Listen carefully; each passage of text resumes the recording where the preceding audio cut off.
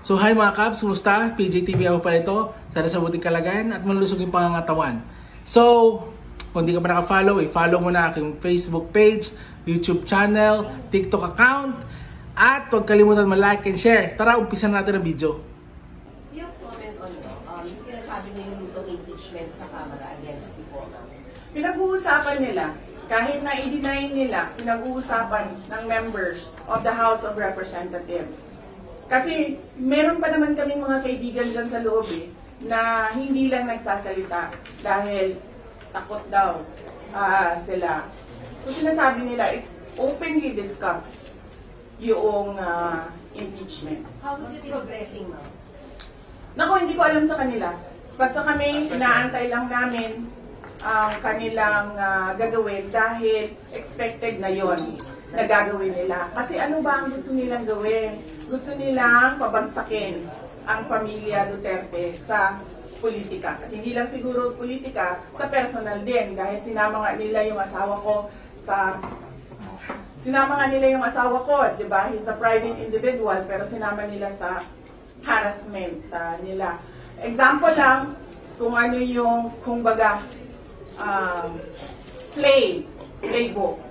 Doon kay President Rodrigo Duterte, nakikita nyo, di ba, merong quad committee ng House of Representatives na iniimbestigahan yung kanyang mga desisyon noong siya ay Pangulo pa. Tapos, meron tayong ICC na complaint against sa kanya. Tapos, merong plunder cases na final against President Duterte. Tapos doon tayo papunta sa akin. Hinahabol-habol nila yung confidential funds. In fact, nung sinabi ko to express goodwill, sabi ko, at saka para hindi na tayo magkagulo, o sige na, we'll shoot blind sa projects namin. Huwag na natin gamitan ng confidential funds. Pwede pa rin naman yan, pero mas mahirap. Kasi you cannot purchase information, you cannot give rewards. Hindi mo mamahahanap kung ano yung tinatarget mo sa security issues and peace and order. Tapos, etong impeachment na pinag-uusapan nila. Tapos narinig nyo, di ba? Anong play ni Castro. Ang sabi niya, kukunin namin lahat ng mga papeles sa loob ng COA. Saan ka naman nakahanap ng constitutional body, constitutional commission, at ang House of Representatives, uutusan niya ang isang independent commission na ibigay mo yan lahat sa akin. Ano, sila ang mag-audit? Hindi pa nga tapos yung audit, pero alam na natin, nahahabulin nila dyan ang paninira nila sa akin. Tapos, pumunta tayo doon sa aking kapatid at sa aking asawa. Pinailan nila ng drug smuggling cases.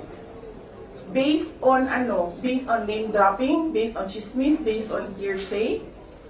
So nakikita ninyo yung gusto nilang mangyari. They want to project the family as corrupt, as criminals, as walang kwentang mga tao, kundi para sa pansarili lang nila. And bakit ba? Bakit? And all because, sinabi ko na dati, we are a threat to the perpetuation in power of people na interesado maging, sabihin na natin Prime Minister, kung matuloy yung niluluto nilang tsa-tsa, o President, kung hindi maluto yung tsa-tsa nila. Are you in any way bothered by the alleged impeachment moves po sa House, ma'am? Hindi. Hindi, I'm not at all bothered. I am bothered na gusto nila i-frustrate ang pinili ng mga tao na maging Vice President, all because of power and politics. Pero kung ako lang, ulitin ko lang unang-una, hindi ko gusto tumakbong President. Di ba nga, kaya nung tinanong ako ng magkapatid na Marcos, ni BBM at ni Senator Aimee, kung tatakbo ako, diretso ko sinabi, January of 2021, sabi ko sa inyong lahat, hindi ako tatakbong Pangulo. Totoo yun. Tapos, hindi ako tatakbong Vice President. Kasi hindi naman napag-usapan yon before the deadline of filing of candidacy. Hindi napag-usapan ang pagiging Vice Presidente. Kaya tumakbo akong mayor. Kasi ano bang pangarap ko sa buhay? Maka 3 consecutive terms na mayor ng Davao City. Yun yung pangarap ko. Tapos, pagkatapos ng filing of candidacy, lumapit na sa akin yung magkapatid na Marcos. Sabi nila, hindi kami mananalo kung hindi mo tutulungan kami sa Mindanao at sa Visayas. Sabi ko sa kanila, okay, sige, dahil maraming big ticket projects si Pangulong Duterte sa Davao City, sa Mindanao at sa ibang lugar pa ng ating bansa na gusto nating mapatuloy. Kaya nga, di ba, tumakbo kami on the platform of unity and continuity na hindi natin nakikita ngayon na saan na yung mga big ticket projects. Wala na lahat. Unappropriated. So, pagpaalisin nila ako dito, or impeach nila ako, hindi kawalan sa akin ang posisyon na Vice President. In the first place, hindi ko naman gusto tumakbong Presidente. Hindi ko gusto tumakbong Vice President. Tumakbo lang ako dahil kailangan mapatuloy yung development projects sa Mindanao, sa Visayas, at sa Luzon. At naisip ko at that time, if I am Vice President, patututukan yung mga proyekto na yon na okay, wala na rin lahat ngayon dahil unappropriated na sila lahat. Do you regret the decision? Do you regret the decision? Of course not. I do not regret running for Vice President. Kasi imagine ninyo, kung ako mayor ngayon at hinahabol-habol nila ako dahil alam nilang pwedeng tumakbo ito sa 2028. Diba? So, yun naman, tatakbo bang pera? Diba? So, bakit ko nire-regret yan?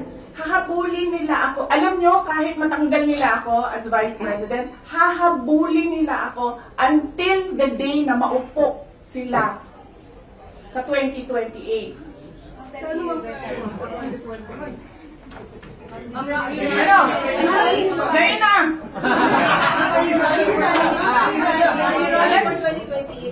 Mahirap sagutin ang 2028 kasi imagine niyo, pagbaba ko dito, nahulog ako doon sa hagdanan. Diba? Namatay ako bukas. Sayang yung paghahanda ko. Sayang yung paghahanda ko.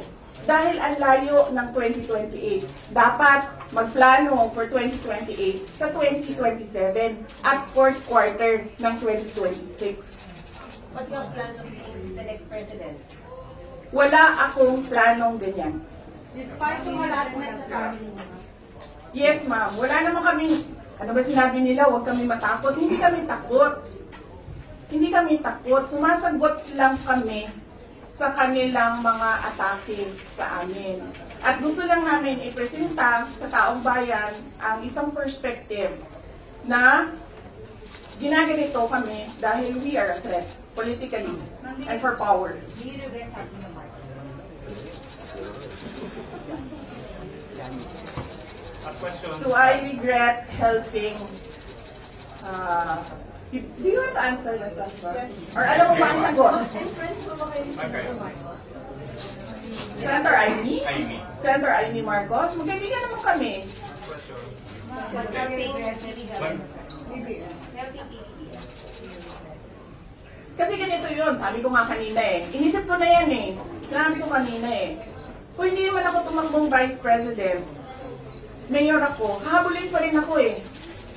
Hindi nga natin alam kung sinong mananalo nun eh. Kung hindi ako tumakbong Vice President, hindi siya ang President. So likely yung isa ang President. Eh lalo na yun. Kita nyo nga doon, di ba?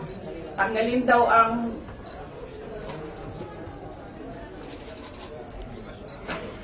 Ano? How would I protect myself? I hire lawyers, ma'am. Yan na lang naman kasi talaga ang magawa ko. Pero kung makikita nyo, hindi na talaga sila sumusunod sa batas, sa harassment nila. So, tatanggapin kung ano yung darating. Kaya sara-sara. Ma'am, sabi po ni Senator Bato, may mga members ng House na oportunista and principal dahil after previously praising the Duterte administration, ngayon bigla naging critics. Will you share his belief na gano'n? Ako, lumaki ako sa politics. 9 years old pa lang ako, mayor na ang father ko. So from 9 years old until today, wala akong ibang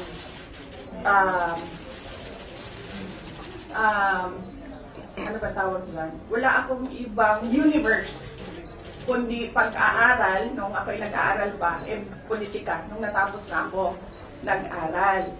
Wala akong problema maghiwalay tayo sa politika. Diba?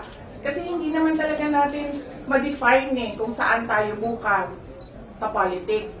Kasi eleksyon ang ating mga public officials dito May eleksyon Kaya hindi natin alam kung saan tayo papupunta bukas. Wala akong problema. Maghiwalay tayo lahat. Diyan kayo lahat. Dito ako mag-isa. Ang hindi ko naggugustuhan ay yung pambabastos. Yun. Pwede naman tayo maghiwalay sa politika Huwag lang maging bastos. Thank you.